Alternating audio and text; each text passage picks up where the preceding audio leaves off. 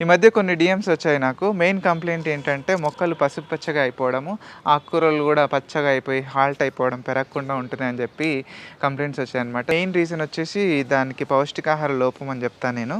ఎప్పుడైతే మీ సాయిల్‌లో ఆ మొక్కకి మెగ్నీషియం తగ్గినా, నైట్రోజన్ తగ్గినా అలానే బిహేవ్ చేస్తాయి. ఆకులు పచ్చగా ఉండాలంటే కావాల్సింది క్లోరోఫిల్.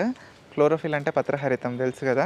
దాంట్లో మెయిన్ కాంపోనెంట్ వచ్చేసి మెగ్నీషియము, దాని చుట్టూ 4 ఎలిమెంట్స్ ఉంటాయి. నైట్రోజన్‌వి 4 ఉంటాయన్నమాట మాలిక్యూల్స్. సొల్యూషన్ ఏంటి మెగ్నీషియం ఇవ్వాలంటే ఎప్సమ్ సాల్ట్ వాడడమేనండి.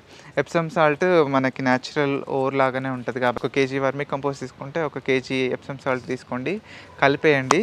చక్కగా మొక్కకి ఒక గుప్పెడు చొప్పున, అంటే పెద్ద పాట్ అయితే ఒక గుప్పెడు వేయొచ్చు.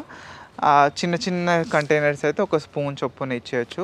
ఇచ్చేస్తే అది స్లోగా రిలీజ్ అవుతుంది. అప్పటి వరకు పసుపచ్చగా ఉన్న మీ మొక్కలు కాస్త ఆకుపచ్చగా మారి మంచిగా పెరగడం గమనిస్తారు. ఆకుకూరలు అయితే బ్రహ్మాండంగా వస్తాయి. ఈ టిప్ తప్పకుండా ఫాలో అవ్వండి.